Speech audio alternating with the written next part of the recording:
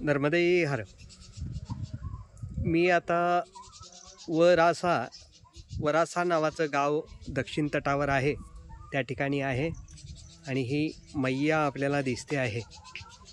अतिशय सुंदर रम्य दिसते आहे आणि हे खूप महत्त्वाचं ठिकाण आहे बरं काय. हा आश्रम आहे, मैयाच्याच तटावर हा आश्रम आहे. इथे महादेवाचं मंदिर स्थापन केलेलं आहे. नंतर इकडे भगवान दत्तात्रेयांची मूर्ती, अतिशय छान मूर्ती आहे, ती स्थापन केलेली आहे. हे भगवान महादेवाची पिंड, भगवंताचं नंतर स्थापन केलेलं मंदिर आहे. आणि हे भगवान दत्तात्रेयांचं मंदिर. हे भगवान दत्तात्रेयांचं अतिशय सुंदर मूर्ती आहे. बसलेले आहेत भगवान.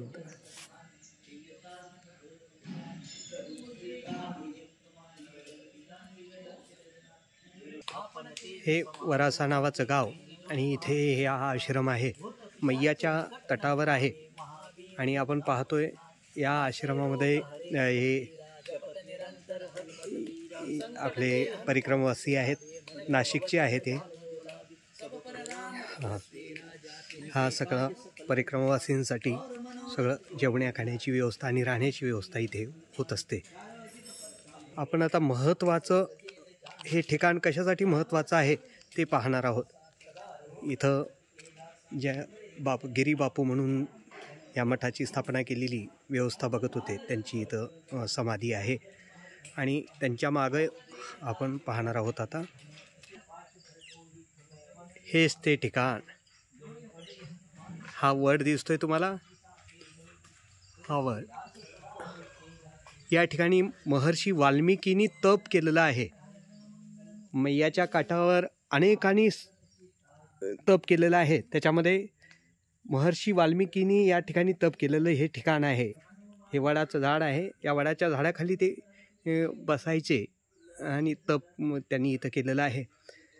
महर्षी वाल्मिकींचं खूप महत्त्व आहे, कारण समर्थांनी दासबोधामध्ये एक समास लिहिलेला आहे. त्या समासामध्ये समर्थ म्हणतात, वाल्मिकी जर बोलले नसते तर आम्हाशी कैसी रामकथा. जर वाल्मिकींनी जर आपल्याला जर रामकथा, त्यांनी चरित्र रामरायांचं लिहिलं नसतं तर आपल्याला प्रभू रामचंद्र कळालेच नसते हो. त्यामुळे महर्षी वाल्मिकींचं खूप मोठं योगदान आहे आपल्या संस्कृतीमध्ये. आणि ते इथं त्यांनी तप केलेलं आहे. हे ते ठिकाण आहे. हा तो आश्रम आहे, हा तो वड आहे. अत्यंत पवित्र ठिकाण आहे. मी इथे आलो, मला खूप बरं वाटलं. ते रामभक्तांसाठी खूप महत्त्वाचं असतं हे, की रामाचं एखादं ठिकाण दिसलं की ते रामभक्ताला खूप आवडतं.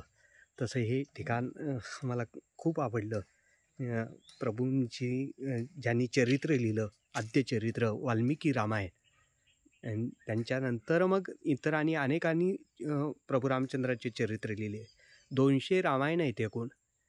त्यात पहिलं आद्यचरित्र म्हणून वाल्मिकींचंच रामायण आपण पाहतो. ते आपलं इतिहास आहे, म्हणजे भारताचा इतिहास आहे वाल्मिकींचं रामायण म्हणजे. हे ते वडाचं झाड, या ठिकाणी खाली बसून महर्षी वाल्मिकींनी तप केलेलं होतं. नर्मदे हर. जय जय रघुवीर समर्थ. चॅनलला सबस्क्राईब करा, व्हिडिओ पुढे पाठवा आणि पुढचा व्हिडिओ नक्की पहा. जय जय रघुवीर समर्थ. नर्मदे हर.